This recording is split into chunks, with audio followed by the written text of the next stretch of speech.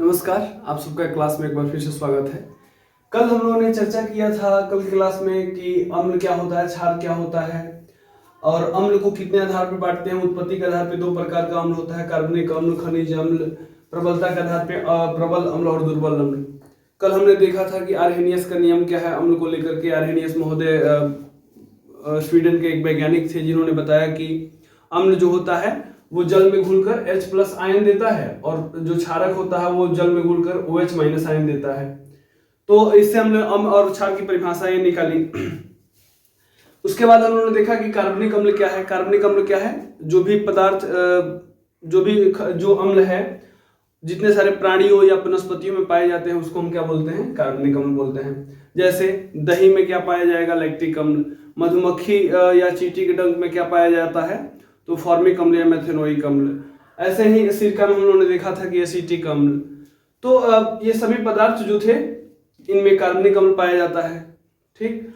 और जो भी पदार्थ हम लोग देखे थे कि जो पदार्थ हम लोग मतलब बनाते हैं, ठीक, जैसे उद्योगों में H2SO4 बनता है जो हमारे बैटरी में यूज होता है, HNO3 नाइट्रिक अम्ल या हाइड्रोक्लोरिक अम्ल। इन सब चीजों को मानव में जो है बनाता है उसको हम क्या बोलते हैं? खनिज अम्ल। ये खनिजों से प्राप्त किए जाते हैं। अब थोड़ा सा इसका परिभाषा कल हम लोगों ने देख लिया था। आज हम लोगों को देखना है कि जो खनिज अम्ल होते हैं, कल तो हम लोग कार्बनिक अम्ल की चर्चा कर ली थी। जो खनिज अम्ल हैं जैसे H2SO4 है, HNO3 है, हाइड्रोक्लोरिक अम्ल है, इन सब का क्या उपयोग है? इनका उपयोग देखने के बाद हम बढ़ेंगे प्रबल अम्ल और दुर्बल अम्ल की तरफ। तो सबसे पहले आप लिखिए खनिज अम्लों का प्रयोग या उपयोग। खनिज अम्लों का उपयोग। अब खनिज अम्लों का उपयोग में पहला नंबर देके लिखना है आपको। एक नंबर सल्फ्यूरिक अम्ल। सल्फ्यूरिक अम्ल। सल्फ्यूरिक अम्ल का सूत्र क्या होता है? H2SO4। ठीक है, H2SO4 सल्फ्यूरिक अम्ल का सूत्र होता है। तो सबसे पहले इसको डैश देकर के लिखिए। अब देखिए जैसे कि हम लोगों ने चर्चा किया है कि सल्फ्यूरिक अम्ल कहाँ उपयोग में आता है। जो भी कार है, कार की बैटरी है, ट्रक की बैटरी है, जितनी सारी गाड़ियां हैं उनके बैटरी में, इन्वर्टर में, इन सब जहां भी बैटरी बनता है उसमें हम क्या यूज करते हैं? H2SO4 सल्फ्यूरिक अम्ल, जिसको हम साधारण भाषा में, बोलचाल की भाषा में तेजाब भी कहते हैं। ठीक है, तो इसके बारे में हम लोगों ने कल चर्चा किया था कि ये इसको हम भोजन के तौर पर नहीं ले सकते हैं। प्रबल अम्ल होते हैं। जो कार्बनिक अम्ल है वो सारे के सारे दुर्बल अम्ल हैं। अब प्रबल अम्ल दुर्बल अम्ल क्या है उस पर चर्चा करेंगे। थोड़ा सा इसको पहले नोट डाउन कर लेते हैं, राइट डाउन कर लेते हैं। लिखिए सल्फ्यूरिक अम्ल। सल्फ्यूरिक अम्ल सभी गाड़ियों के बैटरी में, सभी गाड़ियों के बैटरी में, कॉमा, इन्वर्टर की बैटरी में, इन्वर्टर है लिखें तो ठीक रहेगा।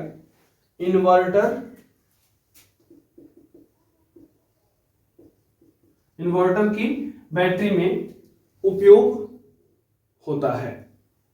ठीक। ऐसे ही एक लाइन में थोड़ा सा नाइट्रिक अम्ल का लिख लीजिए। नाइट्रिक अम्ल का लिख लीजिए। नाइट्रिक अम्ल जैसा कि देखते हैं हम लोग, जो भी गहने हैं सोने चांदी के, तो उसको हम लोग घरों में भी देखते हैं कि महिलाएं जो हैं उसको नींबू से क्या वो करती हैं, नींबू से उसको साफ कर देती है, थोड़ा चमकने लगता है। सुनार भी क्या करता है? गहनों को साफ करने में नाइट्रिक अम्ल का ही प्रयोग करता है। जो भी खट्टे पदार्थ है उनमें सब में नाइट्रिक अम्ल पाया जाता है। ठीक, तो आप थोड़ा सा इसको भी लिख लीजिए। दो नंबर देखिए नाइट्रिक अम्ल।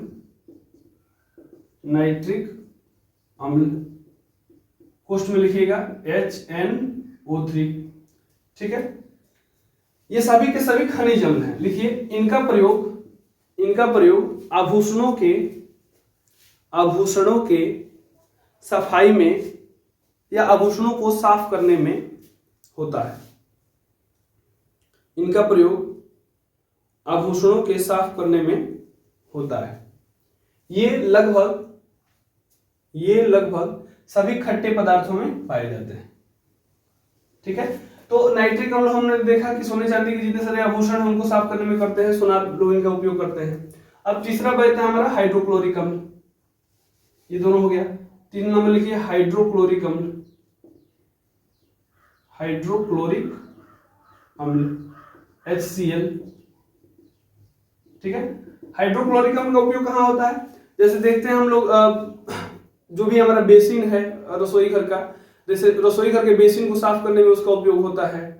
ठीक, फिल्म इंडस्ट्री में जो प्रसाधन कक्ष होते हैं, मतलब जहाँ पे श्रृंगार किया जाता है हीरो हीरोइन का, या क्या बोलते हैं जो महिलाओं के जो फेशियल वोशियल कराने जाती हैं, तो वहां पे जो भी बेसिन होता है उसको साफ करने में, जो चीनी मिट्टी का बर्तन होता है उसको साफ करने में हाइड्रोक्लोरिक अम्ल का प्रयोग किया जाता है। तो इसको थोड़ा सा राइट डाउन कर लें, लिखें हाइड्रोक्लोरिक अम्ल का उपयोग, हाइड्रोक्लोरिक अम्ल का उपयोग रसोई घर के बेसिन या हौदी लिख सकते हैं आप हिंदी में, हौदी या बेसिन, बेसिन को साफ करने में, कॉमा प्रसाधन कक्षों में, प्रसाधन मतलब जहां पे श्रृंगार का काम किया जाता है, प्रसाधन कक्षों के चीनी मिट्टी के बर्तन को साफ करने में, चीनी मिट्टी का बर्तन साफ करने में इसका उपयोग होता है। तो खनिज अम्लों में भी हम लोगों ने देखा कि सल्फ्यूरिक अम्ल, नाइट्रिक अम्ल या हाइड्रोक्लोरिक अम्ल का क्या उपयोग है। ठीक, कार्बनिक अम्ल को हमने देखा कि कौन कौन से पदार्थ हैं खाने वाले जिनमें कार्बनिक अम्ल, कौन सा कार्बनिक अम्ल पाया जा रहा है। अगर आप थोड़ा सा ध्यान दें इधर तो देखेंगे आप कि इन सभी अम्लों में क्या है, हाइड्रोजन है।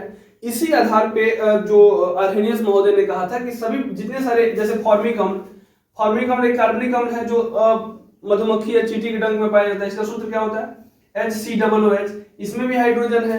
ये सभी पदार्थ जल में घुल करके H+ आयन देते हैं, इसीलिए इसको हम क्या बोलते हैं, अम्ल बोलते हैं। ठीक, अब थोड़ा सा हम बढ़ते हैं प्रबल अम्ल और दुर्बल अम्ल की तरफ। इसको मैं मिटाता हूं।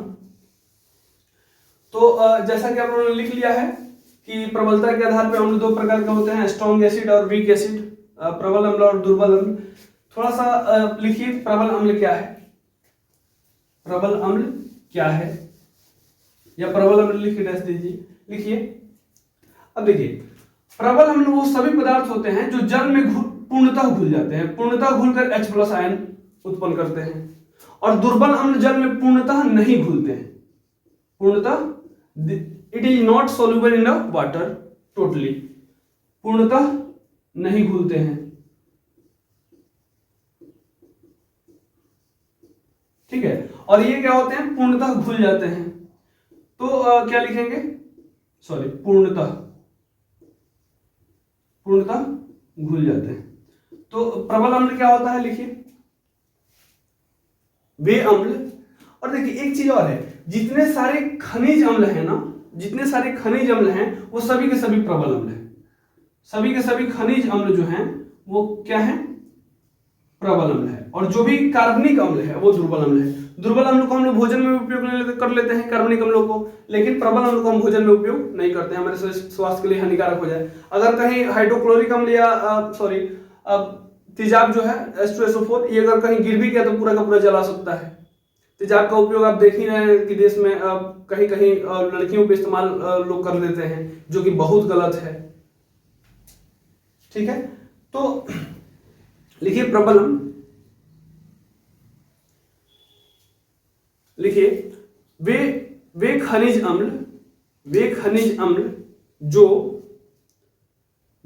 अम्ल जो जल में पूर्णतः आयनित होते हैं, वे खनिज अम्ल जो जल में पूर्णतः आयनित होते हैं उन्हें हम प्रबल अम्ल कहते हैं।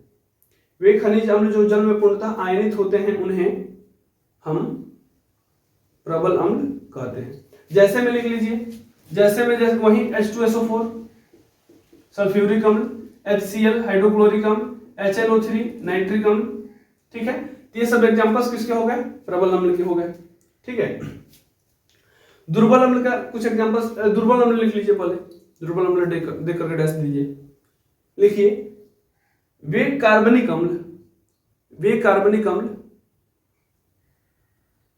या ऐसे लिखिए दुर्बल अम्ल वे कार्बनिक अम्ल होते हैं, दुर्बल अम्ल वे कार्बनिक अम्ल होते हैं जो जल में पूर्णतः आयनित नहीं होते हैं, पूर्णतः आयनित नहीं होते हैं। मतलब ये पूर्णतः H प्लस आयन नहीं बनाता है और ये पूर्णतः H प्लस आयन दे देता है। पूर्णतः आशा करता हूं कि आयन आप समझ रहे होंगे। आयन क्या होता है, थोड़ा सा इसको भी हम लोग देख लेते हैं। अभी लिख लीजिए, पूर्णतः आयनित नहीं होते हैं, उन्हें हम दुर्बल अम्ल कहते हैं। जैसे में लिख लीजिए HCOOH फॉर्मिक अम्ल, HCOOH फॉर्मिक अम्ल। सल्फ्यूरस अम्ल लिख लीजिए, सल्फ्यूरस H2SO3, इसको क्या बोलते हैं, H2SO4 को सल्फ्यूरस अम्ल बोलते हैं, ठीक है, सल्फ्यूरिक अम्ल, जबकि H2SO3 को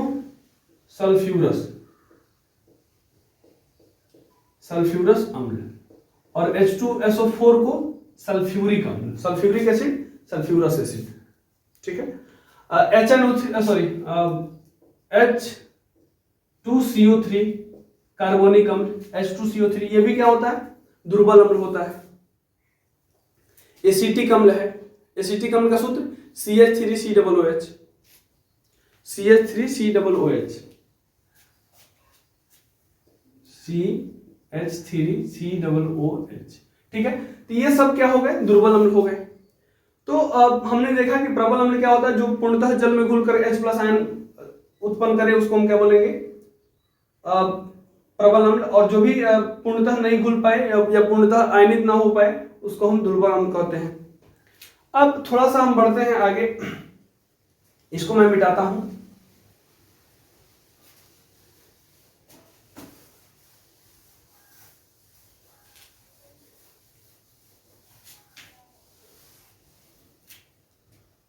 ठीक है, अब थोड़ा सा क्षारक भी देख लीजिए आप। क्षारक जो है, क्षारक के प्रकार, ठीक है, क्षारक के प्रकार। तो थोड़ा सा क्षारक के प्रकार को हम लोग एक आधार पे बांटते हैं, प्रबलता के आधार पर, या लिख लीजिए यहाँ पे प्रबलता के आधार पर क्षारक, प्रबलता के आधार पर क्षारक के प्रकार, ठीक है। प्रबलता के आधार पर क्षारक भी दो प्रकार के होते हैं, प्रबल क्षारक और एक दुर्बल क्षारक। प्रबल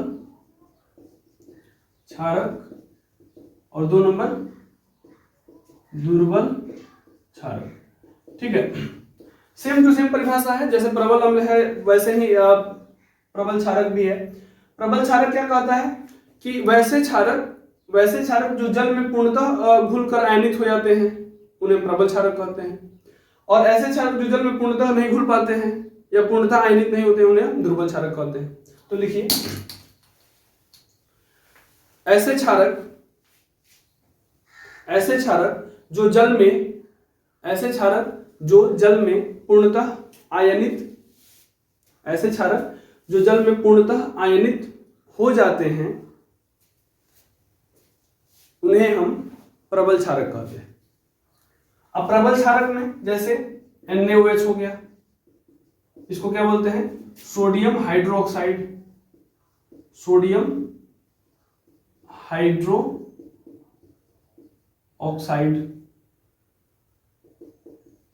ठीक है, sodium hydroxide. KOH potassium hydroxide,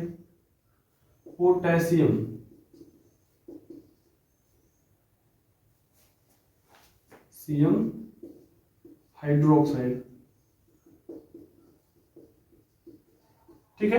तो NaOH KOH ये सब क्या है, प्रबल क्षारक है, ठीक है। अब थोड़ा सा दुर्बल क्षारक लिखिए। वे क्षारक जो जल में पूर्णतः आयनित नहीं होते हैं, मतलब ये जल में घुल करके पूर्ण रूप से OH माइनस आयन देता है, ये उतनी मात्रा में नहीं देते हैं, ये थोड़ा सा अधिक OH बनाता है, ये थोड़ा सा कम बनाता है, इसलिए इसको प्रबल क्षारक और इसको दुर्बल क्षारक बोलते हैं। वे क्षारक जो जल में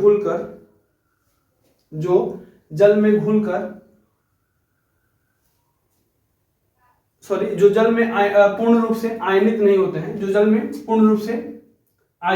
होते हैं, उन्हें हम दुर्बल क्षारक कहते हैं। जैसे में लिखिए,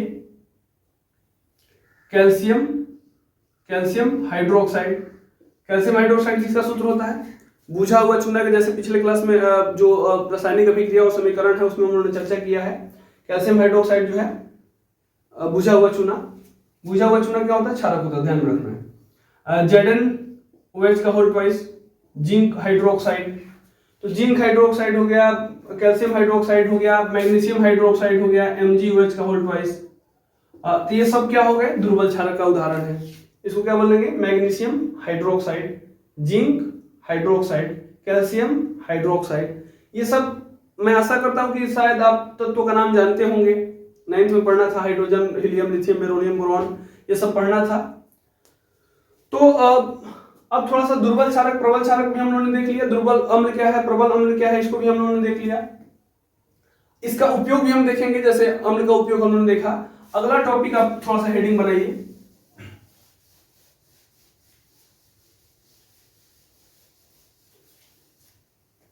अगला हेडिंग आप बनाइए, या थोड़ा सा अभी रुक जाइए, कुछ चीजें समझ लेते हैं। जैसे आप लोगों ने पढ़ा होगा तत्व। तत्व क्या होता है?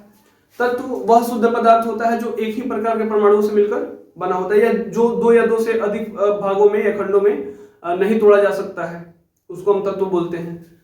तो तत्व भी दो प्रकार का होता है, एक होता है धातु, ठीक है, और एक होता है अधातु। ये 9th में पढ़ना था, धातु और अधातु, मेटल और नॉन मेटल, ठीक है। तो धातु क्या होता है, अधातु क्या होता है? तो इसका पहचान सबसे पहले करने के लिए एकदम आसान सा नियम है। जैसे आप संयोजकता निकालते हैं, नहीं भी निकालते तो थोड़ा समझ लीजिए। संयोजकता, इसके आधार पर हम किसी भी तत्व के धातु और अधातु होने की पहचान करते हैं। जैसे मान लीजिए ऑक्सीजन, ऑक्सीजन की परमाणु संख्या कितनी होती है? 8, ठीक है। ऑक्सीजन का परमाणु संख्या कितना होता है? 8। परमाणु संख्या जितना होता है उतने ही इलेक्ट्रॉन होते हैं, ठीक। तो ऑक्सीजन में कितने इलेक्ट्रॉन होंगे? इलेक्ट्रॉन भी कितने होंगे? 8 को। अब आपने पढ़ा है कि पहली कक्षा में 2 इलेक्ट्रॉन रहता है, दूसरी कक्षा में 8 इलेक्ट्रॉन होना चाहिए, ठीक है। पहली कक्षा में 2, मतलब SPD आप उप कक्षा पढ़े हैं, तो पहली S कक्षा में 2, दूसरे में फिर 8 को, फिर तीसरे में 8 को, ऐसे इलेक्ट्रॉन रहते हैं। लेकिन इसके पास कितने इलेक्ट्रॉन है? 8 है, 8 को टोटल इलेक्ट्रॉन है। तो पहला कक्षा में इसका कितने इलेक्ट्रॉन हो गया? 2, ठीक है। उसके बाद दूसरी कक्षा में 8 को इलेक्ट्रॉन होना चाहिए, लेकिन इसके पास को इलेक्ट्रॉन और है? 6, तब ना 6 को 2 8 को होगा, ठीक है। तो दूसरी कक्षा में 8 को इलेक्ट्रॉन होना चाहिए, लेकिन इसमें है कितना? 6 को। तो ये क्या करेगा? 2 और लेगा 8 को पूरा करने के लिए, ठीक। तो 2 और लेगा 8 को पूरा करने के लिए, तो +2 होगा ना। तो यहां पे देखिए,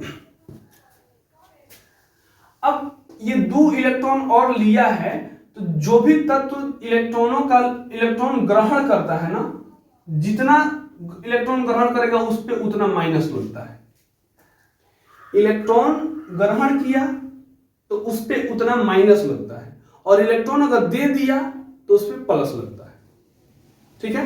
ग्रहण करने में माइनस, मैंने ले लिया, मैंने तो कर्ज लिया तो माइनस में ऋणात्मक, ठीक, नेगेटिव, और दे दिया तो होगा तभी तो दूंगा, तो उसमें क्या हुआ कि वो डोनर कहलाता है, देने वाला, त्याग करने वाला, तो उस पर क्या होता है? प्लस। तो ऑक्सीजन पे क्या होगा? माइनस, 2 इलेक्ट्रॉन ले रहा है तो 2 माइनस, ठीक है। अच्छा, ऐसे ही आप देखें नाइट्रोजन, ठीक है, ऑक्सीजन साथ होता है ना, सॉरी नाइट्रोजन साथ होता है ना, ठीक है। तो नाइट्रोजन का कितना होता है? पहली कक्षा में 2 को, दूसरी कक्षा में 5 को, तो 3 को और लेगा, तो नाइट्रोजन कितना हो गया इसका? -3, ठीक है। इसका संयोजकता कितना हुआ? जितना लेता या देता है ना, वही संयोजकता हो जाए। अंतिम कक्षा में जितना ले या दे, यही क्या हो गया? संयोजकता हो गया। ऑक्सीजन का संयोजकता कितना हो गया? 2। नाइट्रोजन का संयोजकता कितना हो गया? 3, ठीक है। कार्बन देख लेते हैं, कार्बन का परमाणु संख्या 6 होता है ना, तो ये पहली कक्षा में 2, दूसरी कक्षा में 4, तो इसको 4 को या तो ये हटा दे या ले ले, ठीक है। तो 4 को ये ले लेता है, तो कभी कभी इसकी संयोजकता क्या होता है? 4, ठीक है। अब चलिए थोड़ा सा सोडियम की तरफ देखते हैं। सोडियम का परमाणु संख्या कितना होता है? 11। तो पहली कक्षा में 2 को, दूसरी कक्षा में 8 को, 8 और 2 10 को हो गया। तीसरी कक्षा में एक इलेक्ट्रॉन अब बचेगा ना, 8 को दूसरी कक्षा में भर जाने के बाद फिर तीसरा कक्षा में जाता है इलेक्ट्रॉन, ठीक है। तो यहाँ पे एक इलेक्ट्रॉन का क्या होगा, अब या तो ये 8 को पूरा करेगा, 8 को पूरा करने के लिए 7 को या लेगा, नहीं तो एक को इसको हटा देगा। तो 7 को लेना बहुत मुश्किल है इलेक्ट्रॉन का, लेकिन एक इसको हटा देगा, एक इसको हटा देगा तो 8 को बच गया। तो सोडियम क्या किया, एगो दे दिया ना, तो इस पे एगो प्लस चार्ज लगता है। जो भी इलेक्ट्रॉन देता है उस पे एगो चार्ज, जितना देगा उतना इलेक्ट्रॉन का तो उतना चार्ज लगता है, उतना प्लस या माइनस हो जाएगा। संयोजकता सोडियम की कितनी होती है, अंतिम कक्षा में एगो इलेक्ट्रॉन है तो इसका संयोजकता कितना होगा, 1। ठीक है, तो अब देखिए मैं बताना क्या चाहता हूं, जैसे मैग्नीशियम का देख लीजिए, कैल्शियम का, मैग्नीशियम का देख लेते हैं। मैग्नीशियम कितना होता है, सोडियम 11, मैग्नीशियम 12।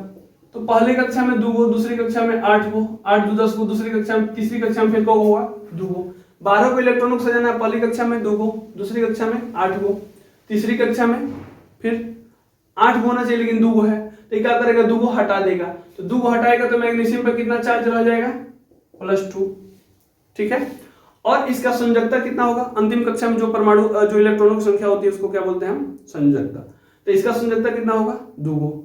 ठीक है, तो अब यहां पे आप देख रहे हैं कि जो भी, अब एक मैं थोड़ा सा थ्योरी लिखवाने वाला हूं कि जो भी इलेक्ट्रॉन लेगा, जो भी इलेक्ट्रॉन लेगा वो सभी का सभी अधातु होगा, और जो भी इलेक्ट्रॉन देगा यानी कि त्याग करेगा वो सभी का सभी क्या होगा, धातु होगा।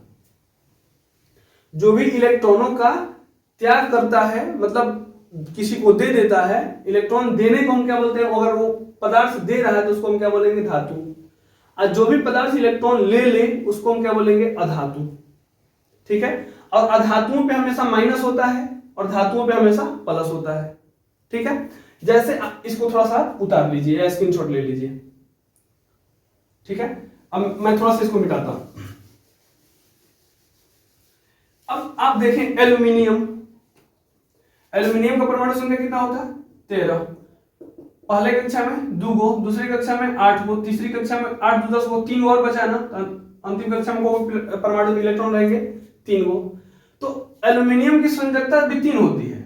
ठीक है, अंतिम कक्षा में जितने परमाणु होते हैं उतने संयोजकता हो गई। तो एल्यूमिनियम की संयोजकता भी 3 होती है, और एल्यूमिनियम जो है ये 3 गो इलेक्ट्रॉन दे देगा तब ना 8 गो बचेगा। तो इसका ये क्या हो गया, 3 गो दे रहा है तो ये क्या हो गया, धातु हो गया, एल्यूमिनियम धातु हो गया। तो आशा करता हूं कि धातु और अधातु आप पहचान पा रहे हैं। ठीक है, कि कौन धातु होता है कौन अधातु होता है। धातु जो इलेक्ट्रॉन दे दे और अधातु जो इलेक्ट्रॉन ले ले।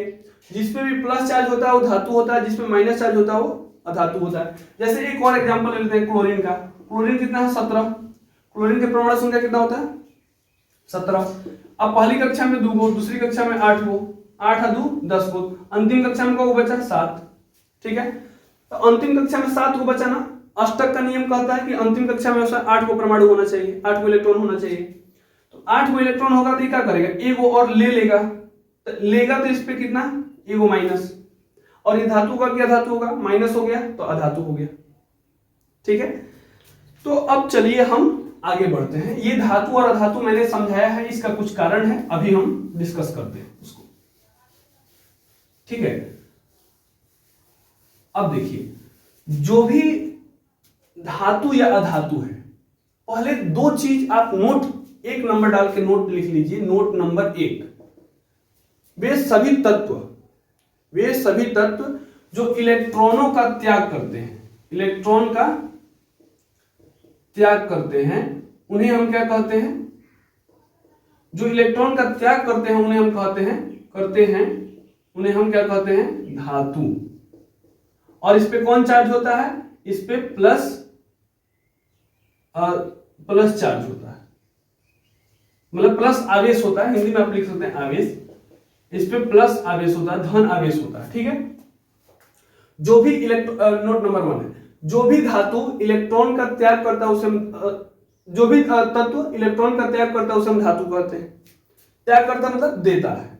और दूसरा नंबर नोट डाल के लिख लीजिए, नोट नंबर 2, जो भी तत्व इलेक्ट्रॉन ग्रहण करता है, इलेक्ट्रॉन जो है क्या करता है, इलेक्ट्रॉनों को ग्रहण माने लेता है, ग्रहण किया, लिया तो उस पे क्या होता है, लेता है, ग्रहण करता है। ठीक है, उसे हम क्या बोलेंगे, अधातु, ठीक है। और ये अधातु पे क्या होगा, माइनस चार्ज, माइनस आवेश, ऋण आवेश होता है, ठीक है। इसको थोड़ा सा आप नोट नंबर 1 और नोट नंबर 2 लिख लीजिए, ठीक। अब आगे बढ़ते हैं। जितने सारे अधातु हैं, ध्यान में रखना है कि जितने सारे धातु या अधातु कोई भी हो, जैसे सोडियम, सोडियम को हम जब ऑक्सीजन में जलाते हैं तो क्या बनाता है, Na2O, sodium oxide, sodium oxide, ठीक है। और उसके बाद मान लीजिए सल्फर, सल्फर को हम ऑक्सीजन में जलाएं, ये क्या बनाएगा, SO2, ठीक है, सल्फर डाइऑक्साइड। कार्बन को अगर हम ऑक्सीजन में जलाएं तो क्या बनाएगा, कार्बन डाइऑक्साइड, CO2। ध्यान रखना है, हम इससे बहुत बड़ी बात कहने वाले हैं अभी, ठीक है। जो भी धातु या अधातु को अगर ऑक्सीजन में हम जलाते हैं तो क्या बनता है, धातु का ऑक्साइड बनता है, धातु का या अधातु का ऑक्साइड बनता है। धातु को जलाएंगे तो धातु का ऑक्साइड बनेगा, अधातु को जलाएंगे तो अधातु का ऑक्साइड बनेगा, ठीक। जैसे कैल्शियम को अगर ऑक्सीजन में जलाएंगे तो क्या बनेगा, कैल्शियम ऑक्साइड, ठीक। मैग्नीशियम को अगर जलाएंगे, मैग्नीशियम को अगर ऐसे ही हवा में छोड़ दिया जाए या रखा जाए तो क्या बनाएगा, मैग्नीशियम ऑक्साइड, ठीक है।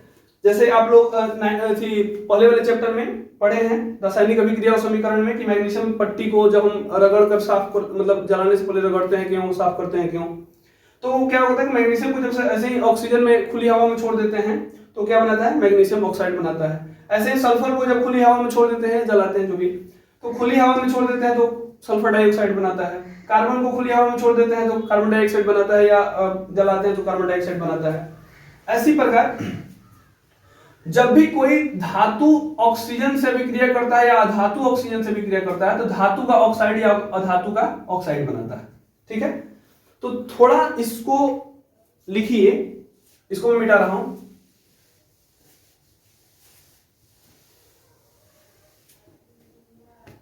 इसको थोड़ा सा लिखिए, एक नंबर देकर के या स्टार बना करके, धातु प्लस ऑक्सीजन, धातु प्लस ऑक्सीजन क्या बनाता है, या नोट नंबर 3 डाल के लिख लो, नोट नंबर 3, ठीक है। धातु प्लस ऑक्सीजन क्या बनाएगा, धातु का ऑक्साइड, धातु का ऑक्साइड। और धातु आप किसे कहते हैं, ऑक्साइड, आप समझ रहे हैं।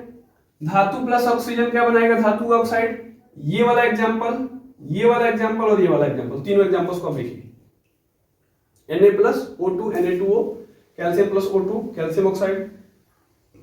अब आप संतुलित कर लीजिए, जैसे कैल्शियम इधर एगो है, कैल्शियम एगो है, ऑक्सीजन 2 है, ऑक्सीजन यहाँ पे 2 लगा लीजिए, और यहाँ पे भी 2 लगा लीजिए, ठीक है। यहाँ पे 2 लगा लीजिए, यहाँ पे 2 लगा लीजिए, 2 दूना 4, यहाँ पे 4 लगा लीजिए। आप थोड़ा सा कर लीजिए, संतुलित कर लीजिए। अब इस एग्जाम्पल को हम तीनों एग्जाम्पल्स को लिखने के बाद अब हम आते हैं अधातु, अधातु का प्लस ऑक्सीजन। अधातु का जो ऑक्सीजन से जब हम अभिक्रिया कराते हैं तो क्या बनता है, अधातु का ऑक्साइड। ये दोनों धातु और अधातु दोनों का ऑक्साइड बनता है, अधातु का ऑक्साइड, ऑक्साइड, ठीक है, जिसमें भी ऑक्सीजन को उसको ऑक्साइड बोलते हैं। अब मैं बताना ये चाह रहा हूं कि जितने सारे धातु हैं, जितने सारे धातु के ऑक्साइड हैं, सभी, बहुत बढ़िया थ्योरी है, ध्यान रखना है कि जितने सारे धातु के ऑक्साइड हैं उनको जब जल में हम घोलते हैं तो किस चीज का निर्माण होता है, क्षारक का। जितने सारे धातु के ऑक्साइड हैं जब जल में हम उनको घोलते हैं तो क्षारक बनते हैं, और जितने सारे अधातु के ऑक्साइड हैं जब उनको जल में हम घोलते हैं तो अम्ल बनता है। अब इसीलिए अम्लीय वर्षा आप लोगों ने पढ़ा होगा, या नाम भी सुना होगा। ये सारे के सारे SO2 NO2 CO2 सब वायुमंडल में है। वायुमंडल में, अब ये वायुमंडल में जल जब वर्षा होती है तो उसके जल के से अभिक्रिया करके, अब CO2 जो है जल से अभिक्रिया करके क्या बनाएगा, CO2 जल से अभिक्रिया करके क्या बनाएगा, H2CO3 कार्बनिक अम्ल, ठीक है। SO2 जल से अभिक्रिया करके क्या बनाएगा, H2SO4 या H2SO3। अब ये अम्ल बनता है, जितने सारे अधातु के ऑक्साइड हैं वो सभी के सभी जल में घुल के अम्ल बनाते हैं, जितने सारे धातु के ऑक्साइड हैं वो जल में घुल करके क्षारक बनाते हैं। तो इन दोनों चीजों को हम लिखेंगे। थोड़ा सा इसको मिटाता हूं मैं। इसको लिखने के बाद अधातु के ऑक्साइड वाले में ये वाला एग्जांपल लिखना है, अधातु प्लस ऑक्सीजन, अधातु प्लस ऑक्सीजन, अधातु का ऑक्साइड, इस वाले एग्जांपल को हमने लिख लिए। अब मैं इसको मिटाता हूं। अब अगला क्वेश्चन आप लिखिए। अगर वीडियो न समझ में आए तो थोड़ा सा पीछे करके पॉज करके देखिए, थोड़ा सा समझने का प्रयास कीजिए। आज का क्लास बहुत अच्छा है, ठीक। अब इसमें थोड़ा सा आप एरो देके लिखिए कि अधातु का ऑक्साइड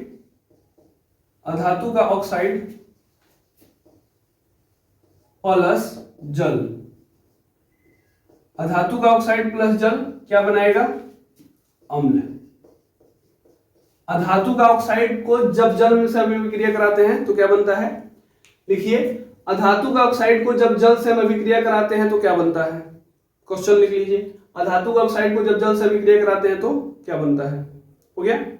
अब आंसर लिखिए, अधातु के ऑक्साइड को जब हम जल से अभिक्रिया कराते हैं तो अम्ल बनता है। अधातु के ऑक्साइड को जब हम जल से अभिक्रिया कराते हैं तो अम्ल बनता है। अब उसके बाद ये वाला ऐसे रेड कलम से घेर लीजिए, ये आपका थ्योरी हो गया। अधातु का ऑक्साइड को जब हम जल में घोलेंगे तो अम्ल बनेगा, और ये दोनों एग्जांपल्स आप उतार लीजिए। अधातु का ऑक्साइड है, कार्बन अधातु है, इसका ऑक्साइड है, जल में घोलेंगे कार्बनिक अम्ल। सल्फर का ऑक्साइड है, सल्फर अधातु है, तो अधातु का ऑक्साइड है, जल में घोलेंगे सल्फ्यूरिक अम्ल बनेगा। ठीक है, H2SO3 भी लिख सकते हैं आप। ठीक है, तो अधातु का ऑक्साइड जल में घुल के अम्ल बनाता है। सेम टू सेम अगला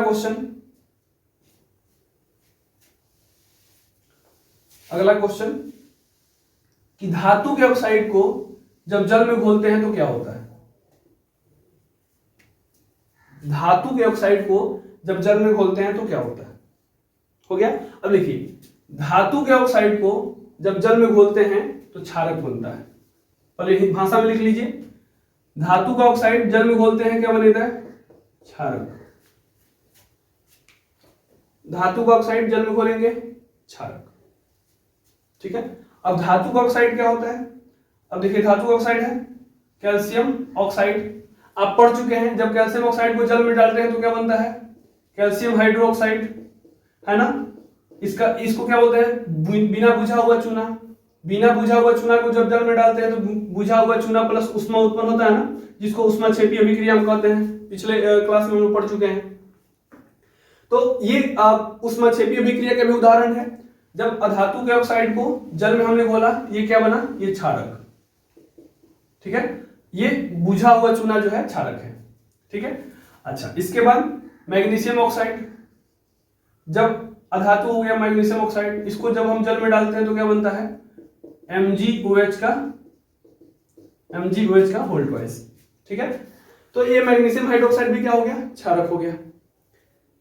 तो आज के क्लास में हम लोगों ने पढ़ा कि प्रबल क्षार क्या है, दुर्बल क्षार क्या है, प्रबल अम्ल क्या है, दुर्बल अम्ल क्या है, सल्फ्यूरिक अम्ल, कार्बोनिक अम्ल, सल्फ्यूरिक अम्ल, नाइट्रिक अम्ल, हाइड्रोक्लोरिक अम्ल का उपयोग क्या है। ठीक, उसके बाद हम लोगों ने देखा कि धातु और अधातु क्या होता है। जो इलेक्ट्रॉन दे वो धातु, जो इलेक्ट्रॉन ले वो अधातु। ठीक है, अब हमने देखा कि अधातु ऑक्साइड को जब हम जल में घोलेंगे तो क्षारक बनता है। ठीक है, धातु का ऑक्साइड, जब अधातु के ऑक्साइड को जल में घोलते हैं तो अम्ल बनता है। आज के क्लास में हम लोगों ने इतना चर्चा किया। अगले क्लास में फिर से अगले टॉपिक के बारे में हम चर्चा करते हैं। तब तक के लिए जय हिंद।